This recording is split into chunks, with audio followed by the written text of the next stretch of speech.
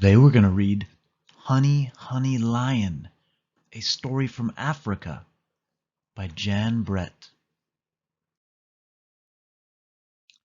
In Africa, the honeyguide and the honey badger are partners when it comes to honey. The little bird follows a bee to its hive, and then she leads the honey badger there to break it open with its big, strong claws.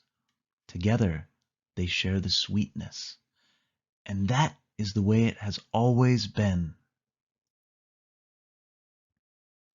Maybe this day Badger was hungrier than usual. Maybe he forgot about Honeyguide, who showed him the way. Or could he have been thinking, my strong claws do all the hard work? Whatever the reason, that day Badger would not share.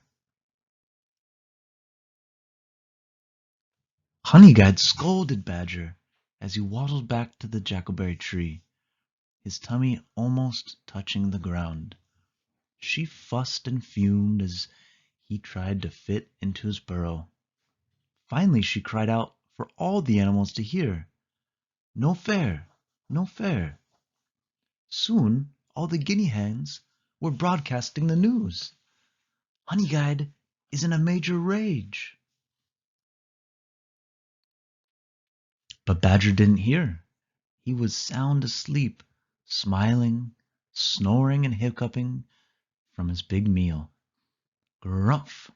Badger roared out, the loudest hiccup of all, and its deep, low rumble gave Honeyguide an idea.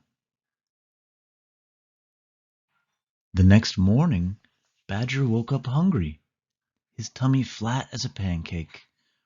That's when Honeyguide flew by, heading for the great gray boab. "Honey, honey, honey," she cried, grinning. The little bird zigzagged over its large roots. Pitter-patter, and Badger ran after her. Pitter-patter.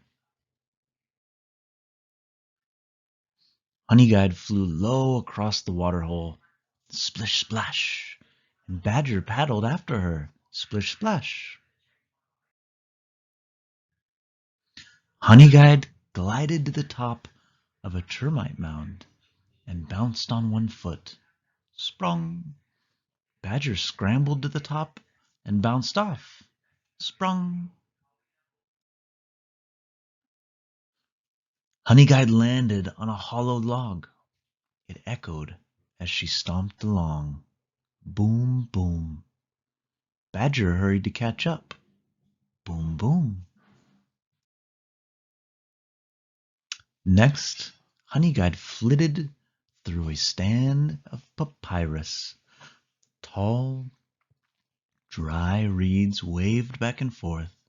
Clickety-click. Badger trounced along, muttering, "Where is that honey?" The papyrus rattled as he went by. Clickety-click. Honeyguide led him through a field of golden bristle grass. Swish, swish. Badger huffed and puffed, but the thought of the delicious meal was waiting for him kept him going. Swish, swish. By now, Badger was tired and wet, itchy and sore, but he didn't slow down because Honeyguide was just ahead of him. She flashed her wings, fanned her tail, and dove under an acacia tree. Badger charged in after her, singing triumphantly, "Honey, honey!" "Lion, lion, lion!" Badger turned on his tail and ran.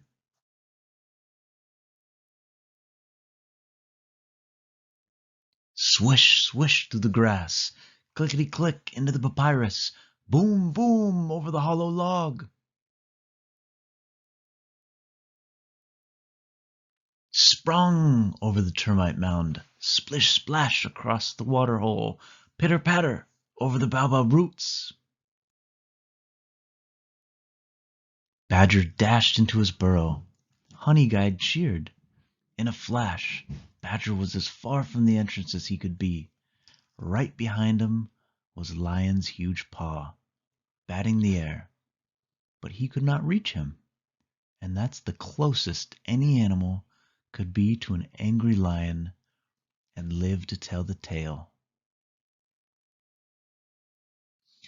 That evening Mongoose squeaked to Elephant, who trumpeted to Hippo, who bellowed to Warthog, who squealed to Bishop Bird, who piped to Hyena, who whooped to Zebra, who snorted to Giraffe, who was overheard by Guinea Hen, who bugled it far and wide.